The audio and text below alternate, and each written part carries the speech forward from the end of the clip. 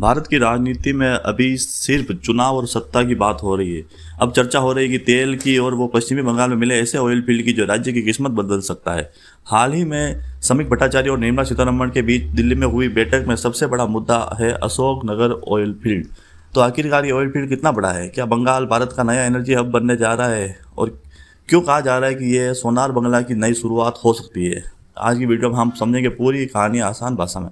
दोस्तों, पश्चिमी बंगाल में लंबे समय तक सिर्फ राजनीति, बंद फैक्ट्रियां और पलायन के लिए याद किया जाता रहा है, लेकिन अब तस्वीर बदल रही है।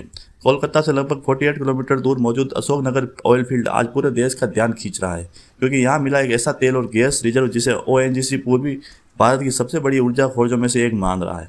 और इसी वजह से दिल्ली में हुई हाई लेवल मीटिंग में इस प्रोजेक्ट को तेजी से शुरू करने की चर्चा हुई है।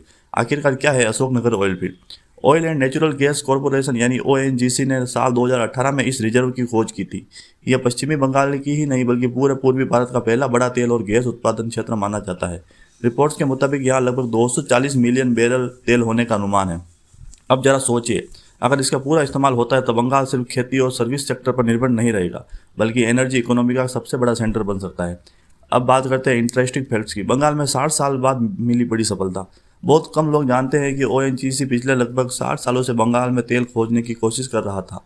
करीब 150 कुएं खोदे, लेकिन बड़ी सफलता नहीं मिली। फिर अशोकनगर में जाकर पहली बार कमर्शियल लेवल पर तेल और गैस मिलने की पुष्टि हुई।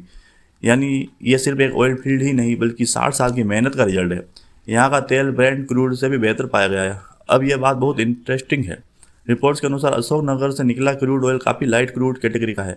इसकी क्वालिटी को ब्रेंट क्रूड के बराबर है, बल्कि कुछ मामलों में बेहतर ही बताया गया है। सिंपल भाषा में समझे तो ऐसा तेल रिफाइनरी में प्रोसेस करना आसान और ज़्यादा प्रॉफिटेबल होता है। दिल्ली में क्या चर्चा हुई? तो हाल ही में समीक भट्टाचार्य ने दिल्ली में निर्मला सीतारमण से मुलाकात की। इस बैठक में बंगाल की इकोनॉमी, इंडस्ट्रियलाइजेशन और खासकर अशोकनगर ऑयल फील्ड को जल्द ऑपरेशनल बनाने पर चर्चा हुई। समीक भट्टाचार्य ने दावा किया कि अगर केंद्र और राज्य मिलकर काम करें तो बंगाल फिर से इंडस्ट्रियल पावर हाउस बन सकता है। लेकिन प्रोजेक्ट रोका क्यों गया था? अब यहाँ कहानी में पॉलिटिक्स भी आती है। रिपोर्ट्स के मुताबिक ड्रिलिंग शुरू हो चुकी थी, लेकिन स्थानीय विवादों और प्रशासनिक समस्याओं की वजह से काम धीमा पड़ गया था। कुछ रिपोर्ट ने दावा किया कि माइनिंग लाइसेंस और अप्रूवल्स को लेकर भी दिक्कतें आ रही थी पिछली टाइम।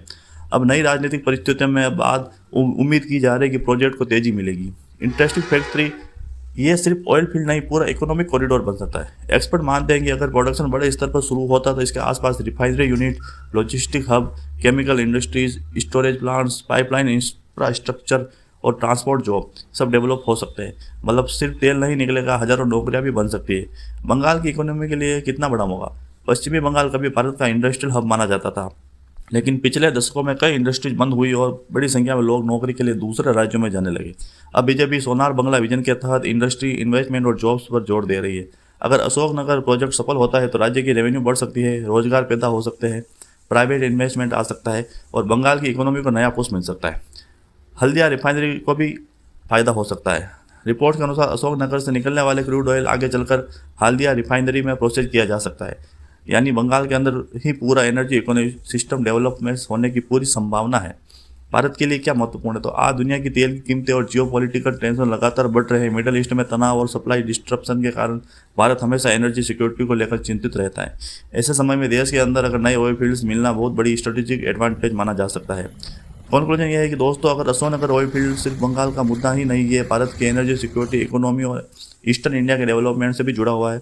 अब देखने वाली बात यह है कि क्या प्रोडक्शन तेजी से शुरू हो पाता है, क्या बंगाल फिर से इंडस्ट्रियल स्टेट बन पाएगा और क्या सोनर बंगला का सपना जमीन पर उतर पाएगा। आपको क्या लगता है, क्या अशोकनगर ऑयल फील्ड बंगाल की किस्मत बदल सकता है और पूरे देश की भी किस्मत बदल सकता है?